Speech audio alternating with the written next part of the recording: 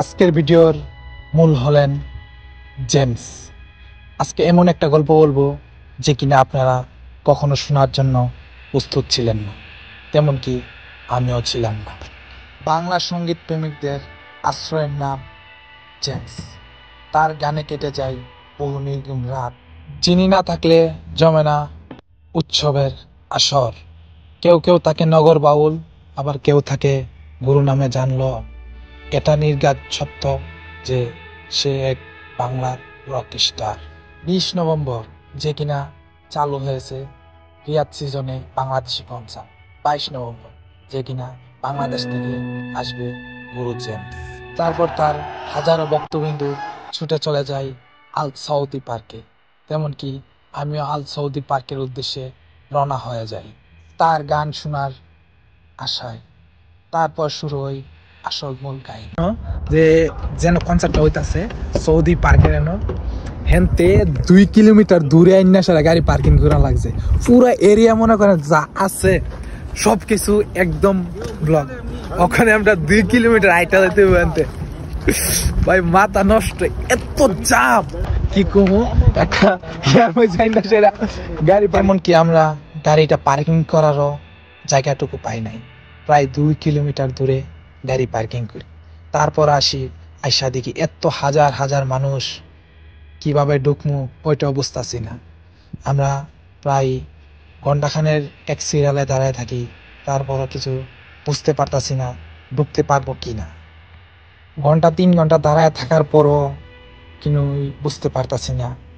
তারপর আমাদের একটু সামনে শুরু হয়ে যায় ধাক্কাধাক্কি, কিন্তু তখন আমরা বুঝতে পারতাছি না ওই সামনে কি হইতাছে।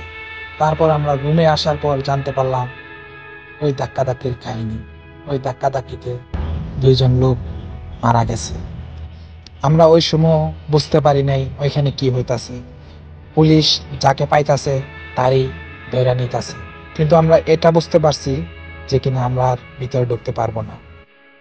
বাইরে ভাই বাঙালি যেন থাকবে ঝামেলা হইতো না, এটা কোনো কথা। মনে করেন আমরা আসতাম সিরিয়ালের মাঝে, আর হেরা কি করছে লাগাইছে ধাক্কা ধাক্কি। এখন মনে করেন পুলিশ আইসা যারা ফাইতাছে এরই মনে করেন গাড়িতে পড়তাছে। পুলিশে দৌড়াইয়া সবাই যা আছে সবাই দৌড়ে মনে করেন পার্কের 1 কিলোমিটার হক লাগছে। ওখানে আমরা মনে করেন এ সাইডে আইসি, এ সাইডে দেওয়া পুরা সাইড মনে করেন ওদের মানুষ। এত মানুষ কোনো কোনো কনসার্টে আমি দেখছি না। এত মানুষের ভিড়ে কি কমু, পুলিশের যারা ফাইতাছে হেরা ধরে ধরে ওদা মনে করেন গাড়িতে পড়তেছে, কোনো কথা নাই। তো এখন দিই একটু পরে কি করা যায়, যদি ঢুকতো দিয়ে তাহলে ঢুকমো, না ঢুকলে কিন্তু করার নাই। গত বছরের ভিতরে ঢুকছি, ঢুকিয়া সেরা মনে করেন গান হয়েছে না। আর এবারে তো মনে করেন কি কমু জেমস আইব, জেমসের কথা উইনা সবাই পাগলে ঢুকছে।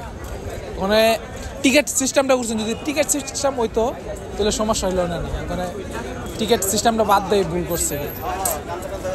তো দিয়ে ওয়েট করে একটু পরে দেয়া যাক কি করা যায়। তো আর আওয়ার নিয়ত নাই, এবারে শেষ আর আইতাম না, খালাস। ভিতরে জেমস গান গায়ে করতেছে, আর আমরা এখানে মনে করেন পয়সা রয়েছি। আপনি যদি এখন আসেন সিঙ্গেল আসেন আমরা উত্তর দাম বুঝছেন। আপনি যদি মাইয়া লয়ে আসেন লগে বউ বা গার্লফ্রেন্ড যেটা মাইয়া যদি নিয়ে আসেন তাহলে আপনি ঢুকতে পারবেন। মাইয়া নিয়ে আসলে একদম সহজ, সিধা জায়গায় ঢুকতে পারবেন, কোনো সিরিয়াল নাই।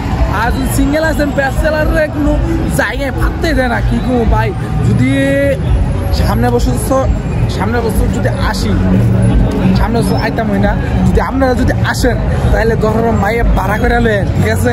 তো সিঙ্গেল আইন না ভাই। গুরু জেমসে গান করতেছে, ওই ডিসপ্লের মধ্যে দেখতেছে ওইখানে এটার ভিতরে। তো আমরা যাবো গা, এখানে আর থাকার ইচ্ছা নাই। আমি ভিতরে ঢুকতে না পেরে আমার মতন করে ব্লগ কন্টিনিউ করতেছিলাম, কিন্তু জানতাম না যে 2 জন মানুষ মারা গেছে এখানে। কিন্তু আফসোস, জানি না তাদের বাড়ি কোথায়, তাদের ফ্যামিলিতে কে কে আছে। তাদের ফ্যামিলির জন্য সবাই দোয়া করবেন। খুদা হাফেজ, আজকের মতো কতটুকু রইল।